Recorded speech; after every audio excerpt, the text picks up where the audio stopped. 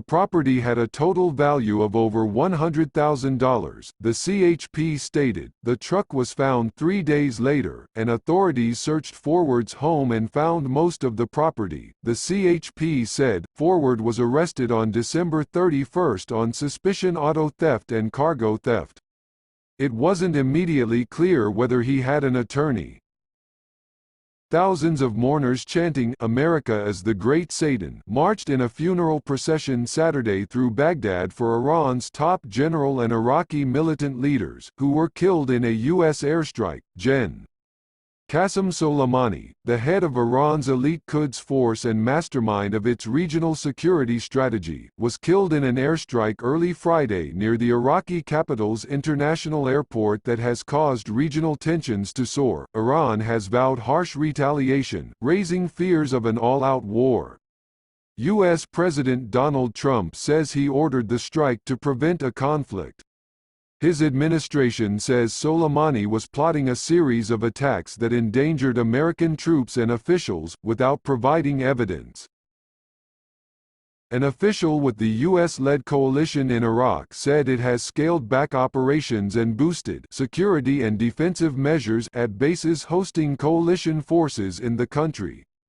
The official spoke on condition of anonymity. According to regulations, Washington has dispatched another 3,000 troops to neighboring Kuwait. Soleimani was the architect of Iran's regional policy of mobilizing militias across Iraq, Syria and Lebanon, including in the war against the Islamic State group.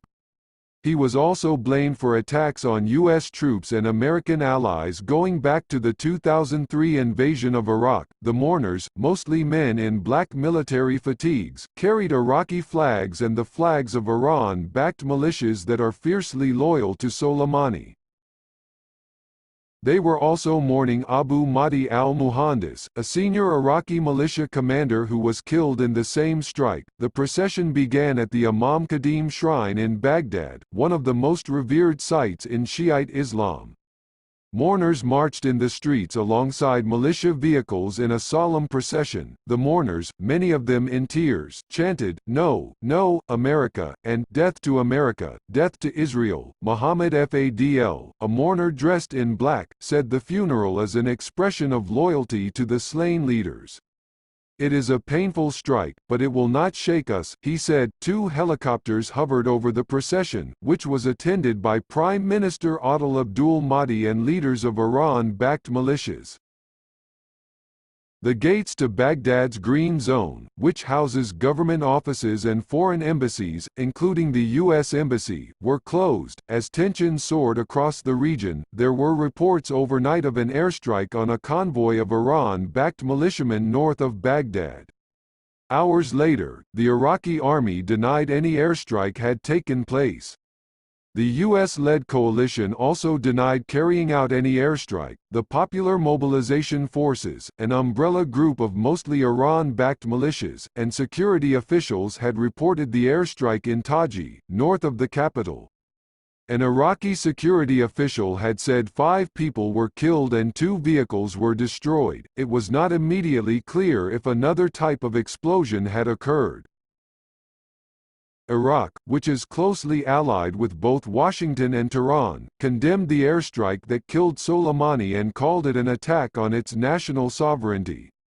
Parliament is to meet for an emergency session on Sunday, and the government has come under mounting pressure to expel the 5,200 American troops based in the country, who are there to help prevent a resurgence of the Islamic State group. The U.S. has ordered all citizens to leave Iraq and closed its embassy in Baghdad, where Iran-backed militiamen and their supporters staged 2 days of violent protests earlier this week in which they breached the compound.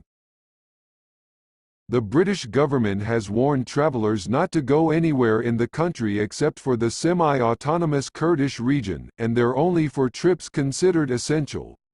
In its advisory, the Foreign and Commonwealth Office said the security situation could deteriorate quickly, saying citizens already in Iraq should consider leaving. No one was hurt in the embassy protests, which came in response to U.S. airstrikes that killed 25 Iran-backed militiamen in Iraq and Syria.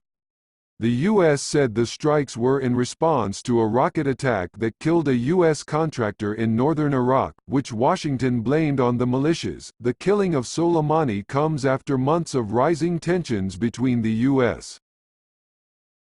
and Iran stemming from Trump's decision to withdraw from the 2015 nuclear deal and restore crippling sanctions. The administration's maximum pressure campaign has led Iran to openly abandon commitments under the deal.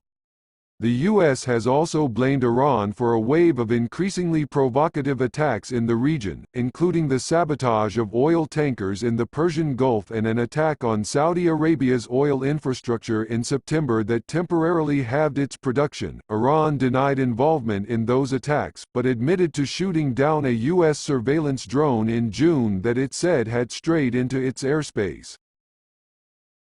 On Saturday, billboards appeared on major streets in Iran showing Soleimani's face, many carrying the warning from Supreme Leader Ayatollah Ali Khamenei that harsh revenge awaits. The U.S. Iranian state television also aired images of a ceremony honoring Soleimani at a mosque in the Shiite holy city of Qom, where a red flag unfurled above its minarets.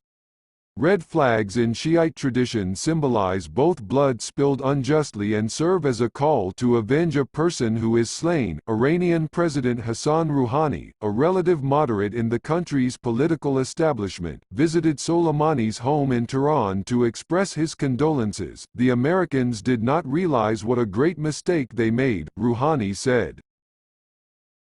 They will see the effects of this criminal act, not only today but for years to come. Global powers had warned Friday that the killing of Soleimani could spark a dangerous new escalation, with many calling for restraint. Adel al-Jubeir, the Saudi Minister of State for Foreign Affairs, took to Twitter to reiterate the kingdom's call for self-restraint to avoid unbearable consequences. Another Saudi official confirmed to the Associated Press that the U.S. did not give a heads-up to Saudi Arabia or its other Gulf allies before carrying out the strike that killed Soleimani.